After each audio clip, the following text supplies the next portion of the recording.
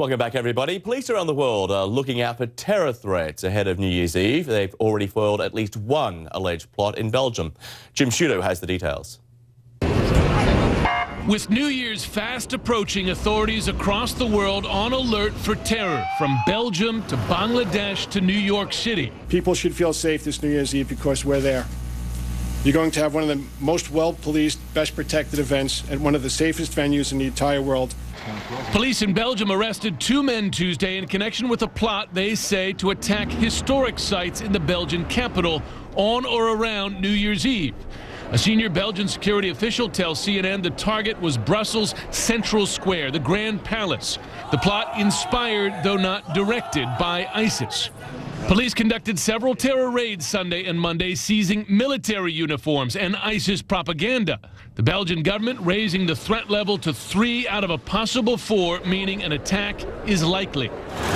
In Dhaka, Bangladesh, the U.S. Embassy warned U.S. citizens of possible attacks on New Year's Eve. New York says there is no credible threat to the New Year's celebrations, but it is dispatching 6,000 officers to Times Square, where more than 1 million people are expected on Thursday night.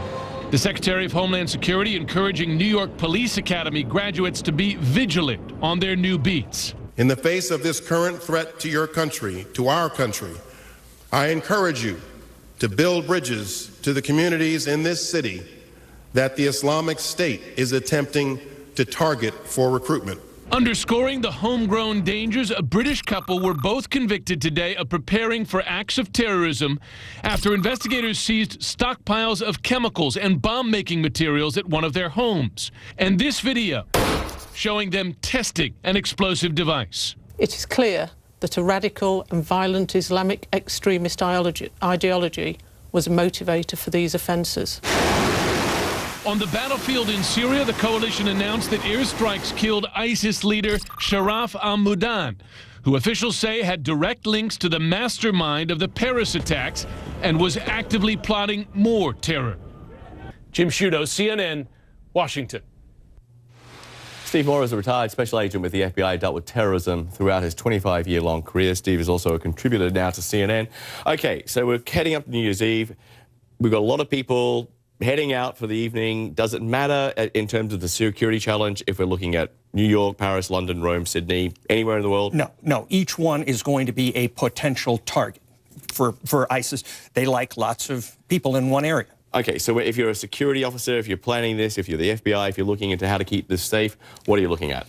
You're looking at anything that could have come up in the last month. You're looking at all your current investigations. You were looking at anything that has the potential to attack these things, and your threshold for interdicting is much lower. And so you are trying to basically round up the suspects before New Year's Eve. Okay, so we have 6,000 police officers in New York. Many of them will be heavily armed. They'll be out there with police dogs as well. 3,000 officers out on the streets of London. Now, officially, both cities are saying there's no credible specific threat. This is all about reassuring the public. But could such a huge police presence actually have the opposite effect? Well, in some people, it certainly could. I mean, we're going to find out, in the absent any gross weather changes, we're going to find out how many people believe that. This visible security will reassure some, but in some it'll cause fear. Yeah, and this is what a lot of people are doing, this calculation now. And we are hearing some very different advice depending on who you listen to. Right. There's this official in Russia. He's the head of Russia's Upper House Tourism Committee. He said this. He said, right now, when the issue of terrorist threat continues to be highly relevant, a family celebration of New Year's Eve at home is the safest and best format in the current situation. Now, a British MP said this. I disagree with him.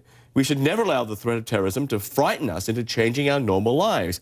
We need to continue with our celebrations. And I imagine that is a thought process a lot of people are having right now. Absolutely. Do I go out? Am I safe? I don't want to give in to terrorism. Right. So I guess, what would you do? You're the FBI guy. If I was bringing my family, I would still go along with the British MP.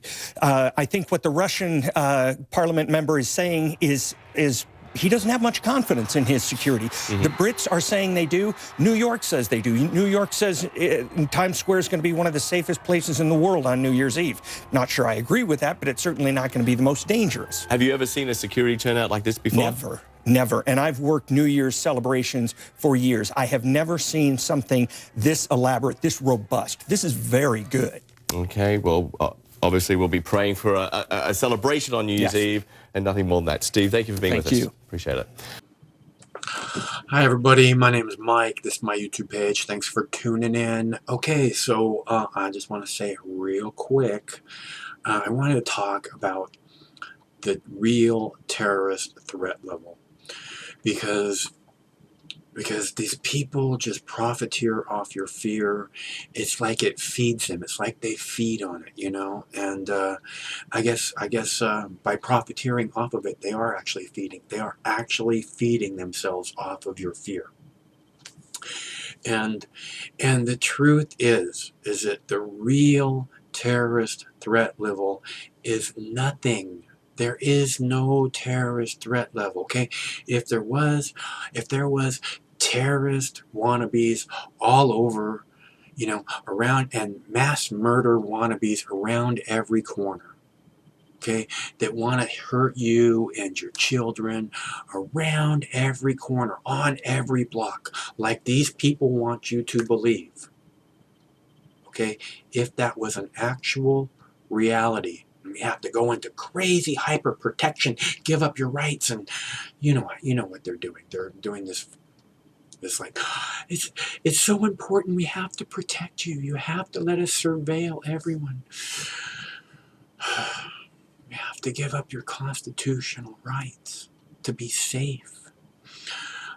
If there was an actual terrorist threat, remember last week or the week before when the lady drove up on the sidewalk in Las Vegas and injured 38 people and drove away? Okay, you don't need a gun or a suicide vest or pipe bombs, okay? A car, she hit 38 people with her car, including children, okay, in Vegas. You know, how, if you had a giant SUV, you know, how hard is it to mow down people everywhere? Any block, anywhere, over and over again, you know, and yet we're supposed to believe every other person's a terrorist wannabe. That's the reason we got to spy on everyone. Who knows what they're doing? This little woman that snapped in Las Vegas and drove up on the sidewalk and hit a bunch of people proves exactly what the terrorist threat level is. There is no terrorist threat level. Otherwise, that would be happening every other day, once a week or so, around the country. It would be so easy to do. Those people aren't out there. They don't exist. It's fear. It's fear that the boogeyman is going to get you. You got to let us give the police every military style weapon that the war profiteers can make a buck off of. You understand? Cui bono, right? They're fear vampires. They feed themselves on your fear. There is no terrorist threat level.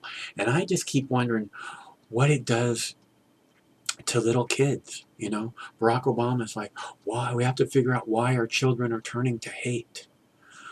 Well, what does it do to a child when, you know, they grow up with, they can't even look forward to Christmas because every fucking Christmas, the boogeyman is going to get you. He's going to blow up your plane because he's got a bomb in his underwear.